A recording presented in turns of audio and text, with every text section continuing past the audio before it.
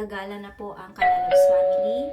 Pero hanap lang po kami ng kainan namin ng breakfast and then hanap ng grocery store kasi bibili kami ng mga needs namin dito sa bahay.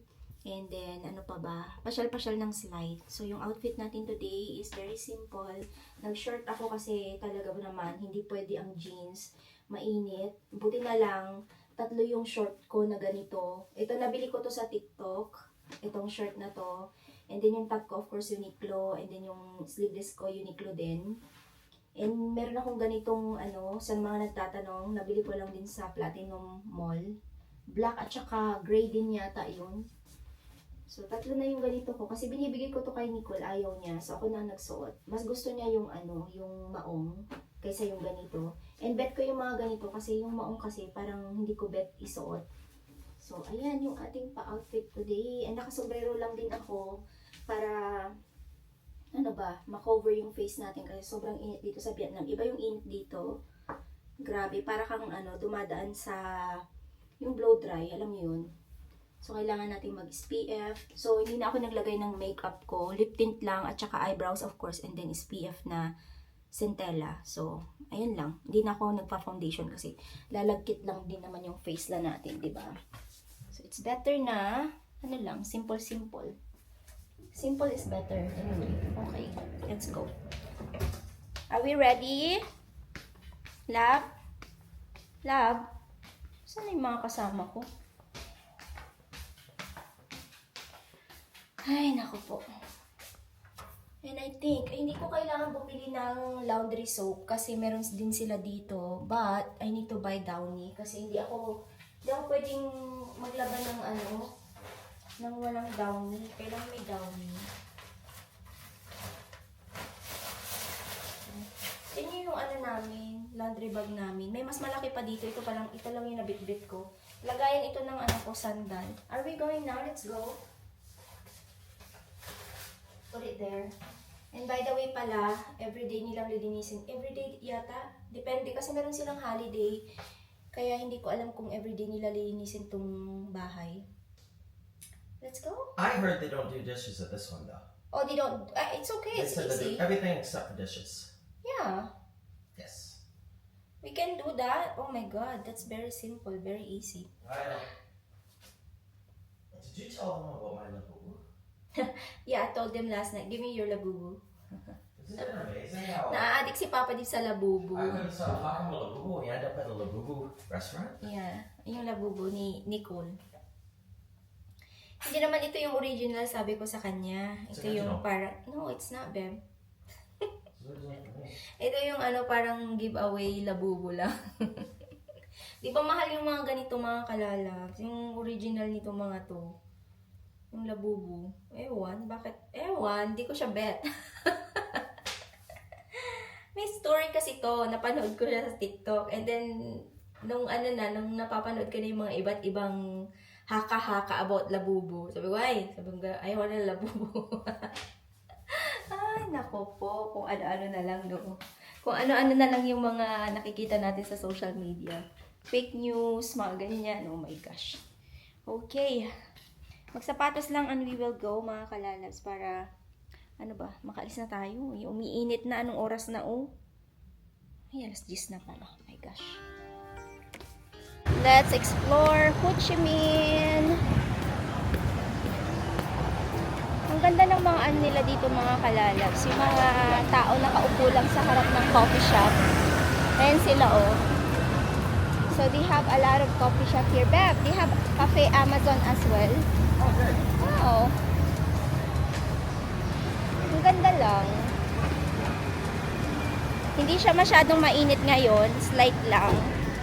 And then, pero yung yung air quality nila is hindi masyadong maganda this time. Kasi daw, may mga, yung sa may palayan ba, nagsusunog-sunog sila ng mga damo-damo yata. Kaya, yung air quality is not that great. So, dito kami kakain, mga kalalabs. Try natin kung masarap ba.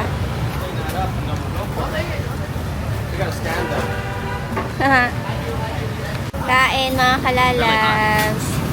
So, ito yung ating pa-breakfast. May egg, may beef, may sausage, may pate, and then bread. And then yung bread nila, akala mo mabigat, magaan lang. Ayan oh. Oh, you're Ang gaan. you're allowed to make a mess Ayan. here. Kain po.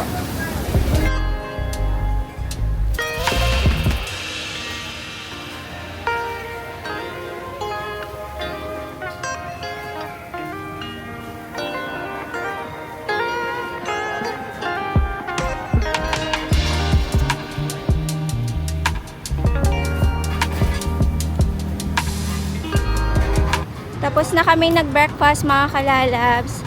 I think pupunta lang kami sa isang market and then uwi na kami kasi yung iba yung init dito. Grabe, tingnan niyo yung mga kalalabs, yung hindi makita yung blue sky. Naanuhan siya ng usok. Pala ito na cover ng usok. Ito palang building na to, tingnan nyo. Pinapagawa pala yan kaso nga lang yung nagpapagawa niyan nakulong yata kasi nga sa something. Hindi ko alam kung ano nangyari. And that is the buses. Parang Pinas lang. Nasa Pinas lang tayo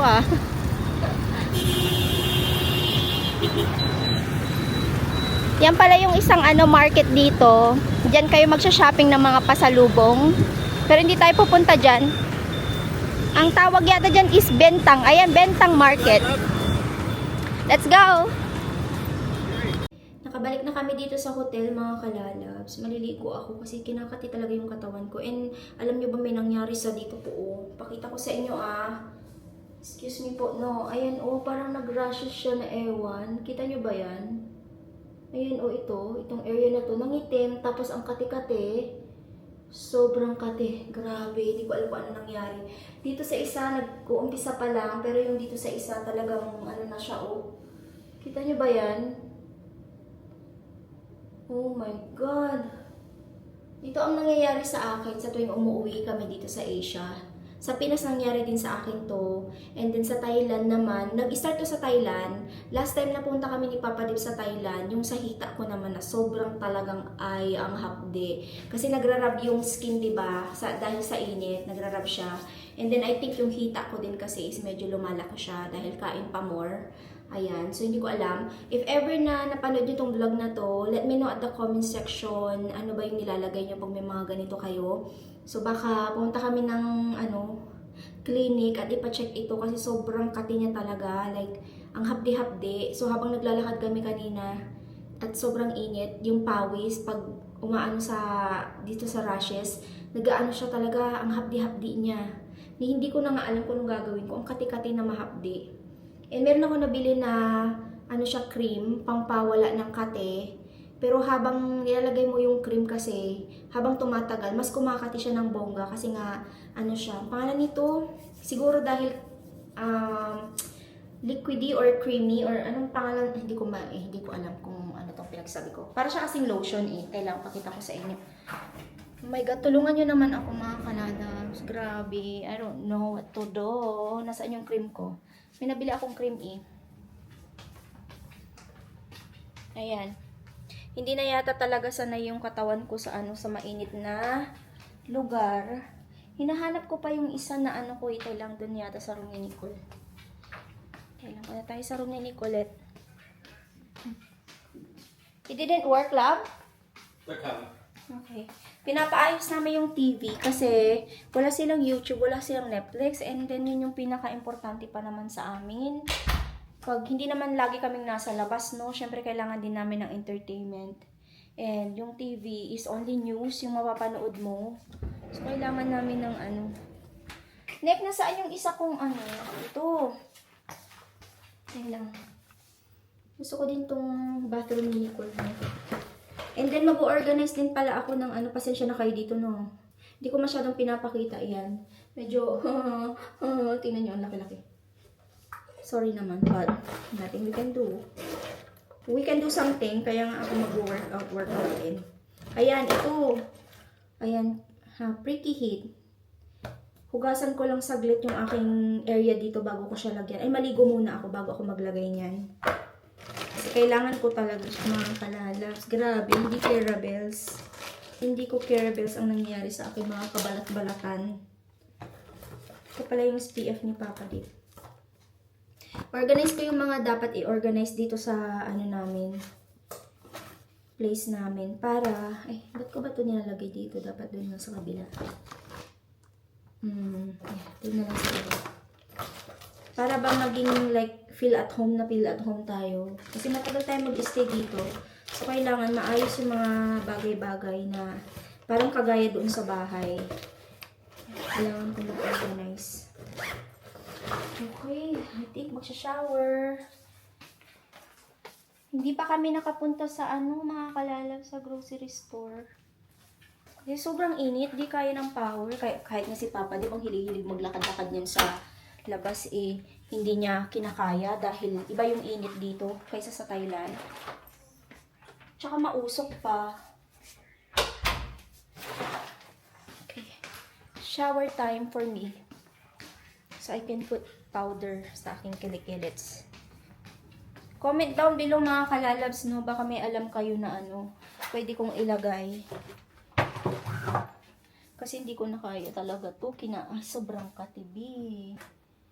Ayan. Ito yung susuot ko para cotton na cotton siya. Okay, ligo muna ako no mga kalalabs. Andang hapon na mga kalalabs. Alam nyo, nakapagpahinga ako, nakatulog ako. So after ako nag-shower, dapat mag-aayos kami ng aming closet, yung mga gamit namin. Kaso nakatulog ako hanggang alas 3. Dahil na rin siguro sa pagod kahapon. Ay, naku. Tapos, problema ko pa tong kilikili ko. Problema ko pa tong tiyan ko. Hindi ako makadigest ng bongga. Ano ba yan? Dami kong problema, B. Naninibago talaga ako sa sa weather. My gosh. Struggle is real. And bibili pala kami ng SIM card, mga kalalabs. Kasi kanina, bibili sana kami. Nakalimutan namin yung passport. Kaya dalhin ko yung passport. And then, we'll get SIM card, and then dinner, and then grocery. Totoo na talaga tong grocery na to, no? Makakaloka na. And sinuot ko ulit yung damit ko na mapapansin nyo yung suot ko kanina. Yun pa rin yung damit ko ngayon. Kasi nga, ilang oras ko lang siyang sinuot. And that's okay. Malinis pa naman siya. But anyway, okay, let's go. Wear my shoes. Oh my gosh. Ayan. O, diba? Perfect naman. Di pa naman siya marumi. So, andito na kami sa bilihan ng SIM card. It's 200,000 Vietnamese dong. Oh, Pichu! Oh, she doesn't believe she's a baby. Diba? Ang ganda din ng ganito, no, mga kalalabs. Para lang siyang iPhone din. Oppo siya, no? Oppo yung brand. Pero malaki nga lang. Ang laki. Laki sa kamay ko. Oh, this one's nice. Oh. Why not iPhone? They have iPhone here. But then, ang presyo nila dito sa iPhone 16 is, how much is the iPhone, Nico, for 31 million. 31 million daw. But there's also 25 million. There's also what 25 million. No, that is going to be like, so it depends how if you wanna purchase it with cash or it's hulugan, yung monthly or something. Cash. Oh my god, sorry. Wala akong I like this one. This one I like it, 16. Wait, let's check out the other one. Yeah. 16 Pro and then 16 is parang similar lang yung nila, no? Ang tanong, maganda ba yung camera nito? Maganda kaya siya? Gusto kong itry yung pagkain na to, mga kalalas. Maya, i-video ko pag wala na sila dyan. Dito kami kumuha ng aming SIM card. 200,000 Vietnamese dong. Andun pa si Papa, di binintay niya yung phone ko kasi yung sa akin yung nahuli. Siyempre, try natin to, mga kalalabs. O, diba? Colorful. Mix is 70,000 Vietnamese dong. Introduce yourself! Hi, I'm Abeng Vlogs. Abeng Please Vlogs. subscribe.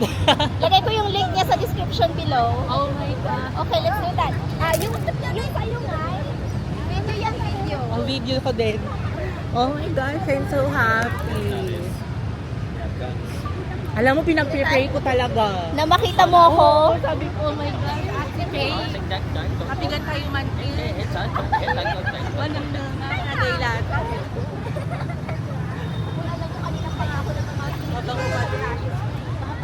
What? Oh, we got video. Oh, Papa Dave. In the house.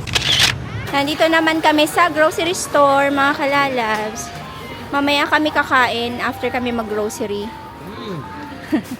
It's a dried mangoes. Ano to? Okay, let's find something that we need.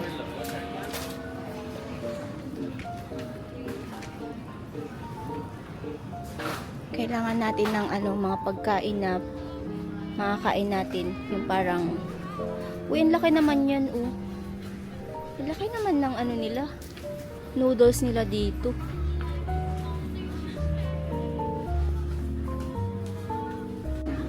Wow, ang daming mangga.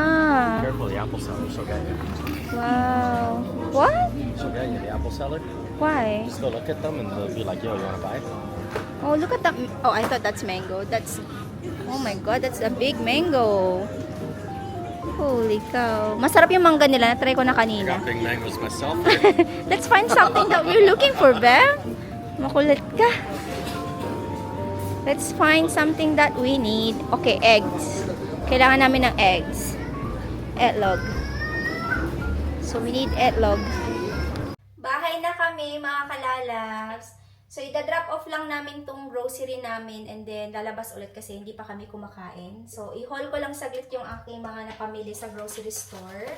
So, bumili kami ng rice kasi rice is life. We need that.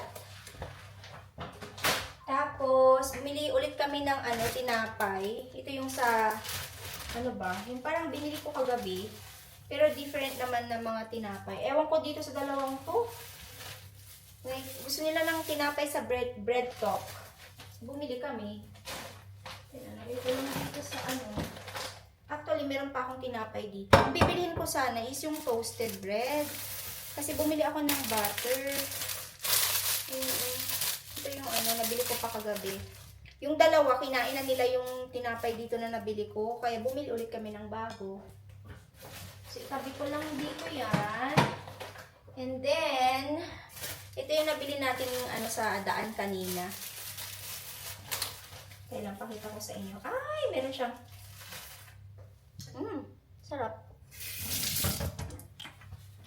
Okay, so we need to put that in the plate pala. In the plate. Ito siya, oh. Tara! Looking good. Tignan nyo siya, oh. Diba? Parang pag tinitignan mo lang siya dun sa may, sa kalsada, yung mga nabibenta. Parang talaga may inganyo kang kumain nito kasi nga, colorful. Okay, not bad. Meron siyang, pag hindi kayo nagpalagay ng sauce, wala siyang lasa I think kasi plain lang siya. Ayan. Tikman natin to. It's good.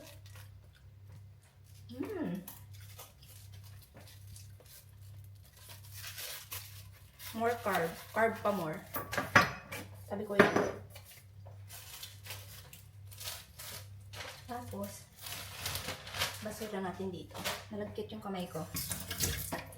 Okay, next will be, we have bacon. We have bacon. Namiss namin ang bacon. And then eggs, of course. And then, bumili ako ng cabbage para may gulay naman ako. Milk. Para sa coffee ni Papa Dave. Lagay ko na lang siya dito sa ref. Sarap ko nga to. Medyo nakakasagabal siya sa akin. Bumili ako ng pang seasoning natin, Maggi. Sardinas, of course. Hindi mawawala ang sardinas sa akin. I love sardinas. Kalamansi. Kamatis. Then, butter. Para pag bumili ng toast bread, meron tayong butter. There. Lagay ko lang sa ref ko saglit. There you go.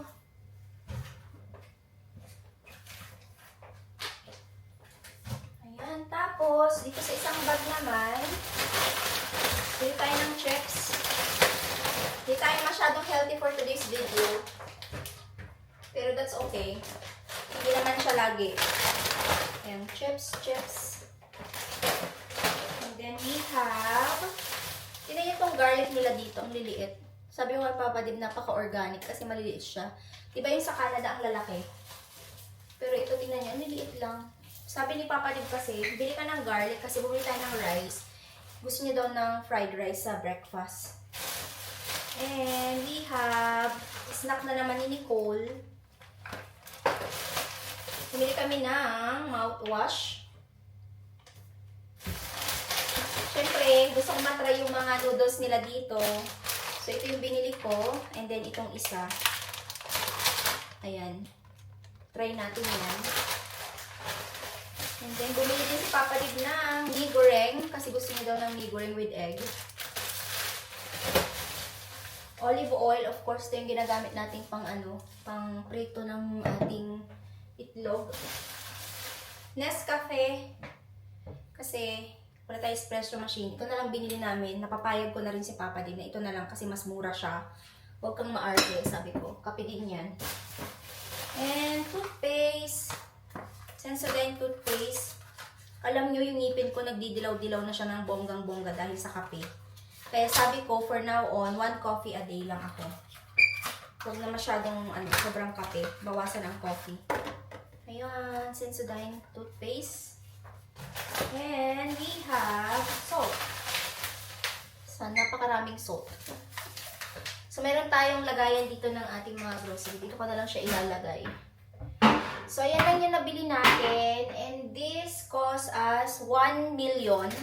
Grabe yung pera dito, mga kalalabs. Paglapag mo pa lang ng Vietnam, millionaire ka na. So, 1 million and 58. So, grabe, 1 million. Basta 1 million lang pala siya. Ayan. 1 million lang. Ay, hindi pala. 1.2 million.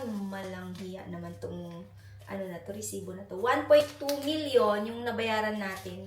Grabe, ang laki. So, kung i-convert nyo to, nasa around 60 something dollars, Canadian dollars. Sa peso naman, nasa around, magkano ba ang palitan ngayon? Pag, $1. Di ko na alam kasi kung anong palitan ngayon, pero pag ita-times mo siya, $60, siguro nasa around, pag less than 2,500, something like that. Nahirapan ako sa convert, basta alam niyo na yun.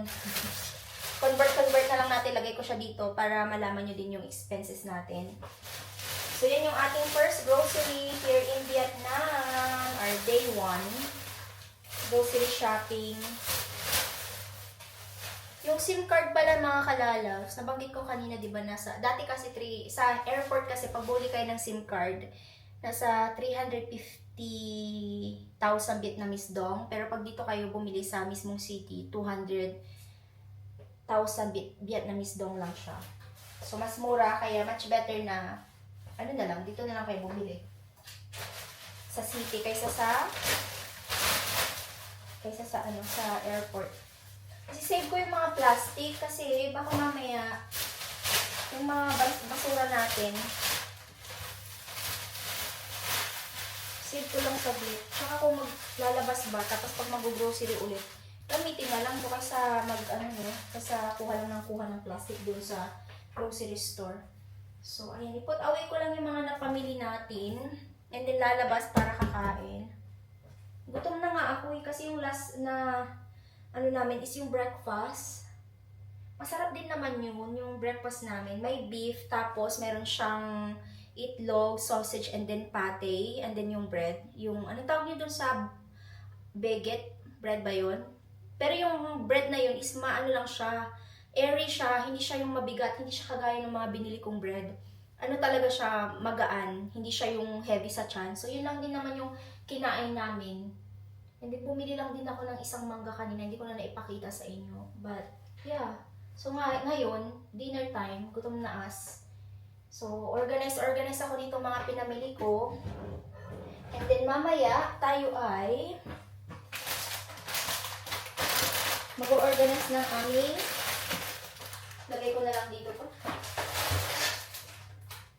Organize ng aming closet. There you go. Let's just put it here. There. Yay! We're good. We got our stuff. Perfect. On the way na tayo sa aming kakainang restaurant. We love selfies here. Gusto nila ng Tapos yung talagang nagdi-dress up sila sa okasyon na yan. Like everywhere you go, every like parang corner, nagpapapicture yung mga karamihan mga kabataan. And I like this area mga kalalabs kasi park siya. And then sinasara nila yung kalsada pag gabi. Pero sa umaga hanggang siguro mga around 5, something like that. Sobrang busy ng street na to. Dumadaan yung mga car, mga motorbike. Pero ngayon sarado. As you can see, pwede kang dumaan dito ng diyan nang walang problema. Kasi minsan yung mga yung mga sasakyan, pwede ka nilang talagang sagasaan kahapon nga muntikan si Nicole. Like, hindi talaga huminto si kuya. Talagang diretso siya nakita niya na nasa gitna kami ng kalsada. Talagang babanggain niya talaga kami. Plano niya talaga kami banggain. Kaloka siya. Ay, nako. Sumasakit na yung ulo ko kasi gutom na talaga ako. Parang parang wala kaming tigil today. Na naman. Alam na this. Kain mga kalalab. So, nag-order kami ng green mango salad. And then, yung pangalan ng ating restaurant today is this one. Ayan, nag-order pa kami ng isang platter. Wait pa lang namin siya. Ayan, kain tayo.